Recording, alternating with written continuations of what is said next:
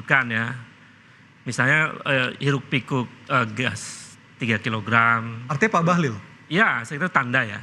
Belum tentu loh Mas, Oke. ini tanda. Tapi kalau tanda itu makin terang, maka sangat mungkin di reshuffle.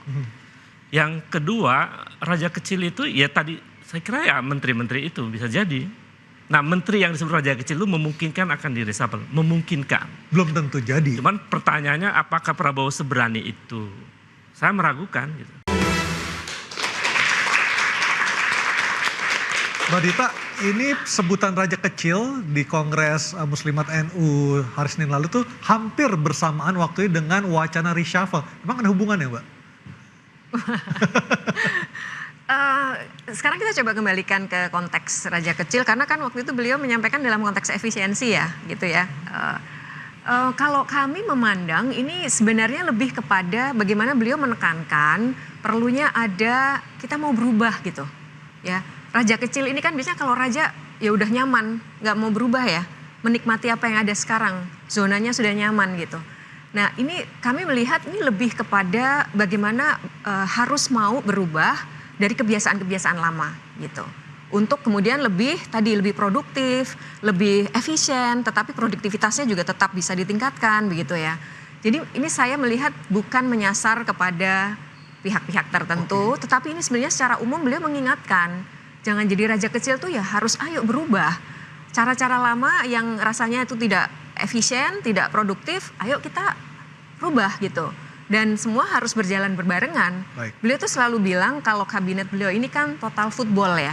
Kalau berjalan bareng, menyerang dalam tanda kutip bareng gitu.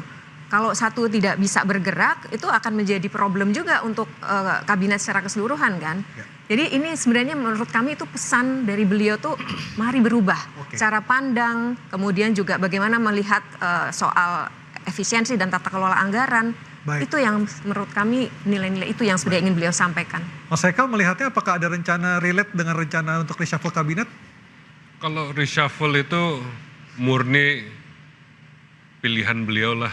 Kita hak prerogatif beliau untuk kapan mau dilakukan, kapan beliau mau evaluasi. Tapi dari Gerindra sendiri apakah melihat kinerja dari menteri-menteri Pak Prabowo ini sudah sesuai dengan ekspektasi? Ya itu hanya kita serahkan ke beliau lah untuk mengevaluasi.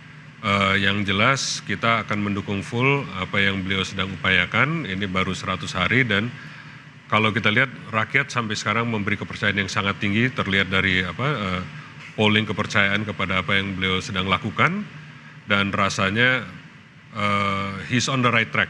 Dan insya Allah kita akan dukung terus. Baik, kalau Mas Ubed melihatnya apakah ini ada relasi positif hubungannya antara raja kecil dan rencana reshuffle, Mas? Itu tanda-tanda. Tanda-tanda awal? Tanda-tanda awal. Oke. Jadi kayak siapa yang disasar Mas Ubed? Hilalnya lah. Siapa yang disasar Mas Ubed? Saya kira sudah terlihat kok di publik. Misalnya saya sebutkan ya, misalnya hiruk pikuk gas 3 kilogram. Artinya Pak Bahlil? Ya, saya kira tanda ya. Belum tentu loh Mas, ini tanda. Tapi kalau tanda itu makin terang, maka sangat mungkin di reshuffle. Yang kedua, raja kecil itu ya tadi saya kira ya menteri-menteri itu bisa jadi. Nah, menteri yang disebut raja kecil itu memungkinkan akan di reshuffle, memungkinkan. Belum tentu jadi. Cuman pertanyaannya apakah Prabowo seberani itu? Saya meragukan gitu. Saya masih meragukan keberanian Prabowo untuk menata ulang kabinetnya. Sekarang-sekarang ini ya. Karena hitung-hitungan politik atau? Narasi yang diungkapkan oleh Prabowo kan saya belajar politik dari Pak Jokowi. Gitu. Jadi artinya pasukan Pak Jokowi masih ada di kabinet.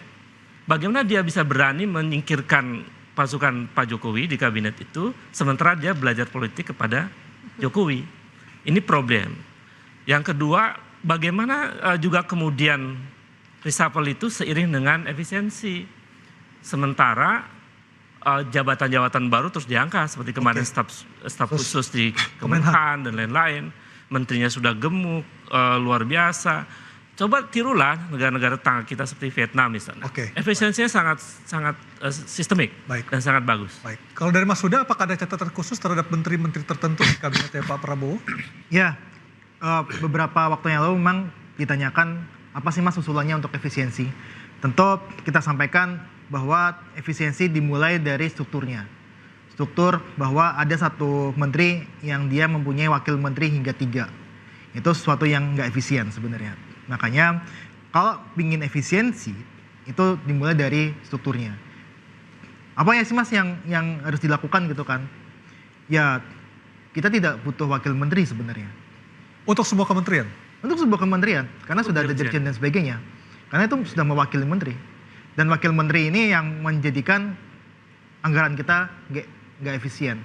Itu yang seharusnya dilihat sama Prabowo, bukan untuk mencabut hak-hak warga negara untuk mendapatkan kuliah gratis dan sebagainya, untuk mendapatkan beasiswa yang saya dengar ada beberapa beasiswa yang dievaluasi dan sebagainya. Nah, inilah yang harus diukur sama Prabowo. Oke. Kementeriannya sudah tidak efisien. Baik, kita akan melihat ke depannya akan seperti apa implementasi dari rencana dan juga apa dampaknya buat masyarakat dari penghematan anggaran ini. Kita akan kembali lagi berjumpa pada Kamis depan dengan topik lainnya. Terima kasih atas kebersamaan Anda. Selamat malam dan sampai jumpa. Terima kasih Mas Ekal ya. Mbak Dita, makasih ya.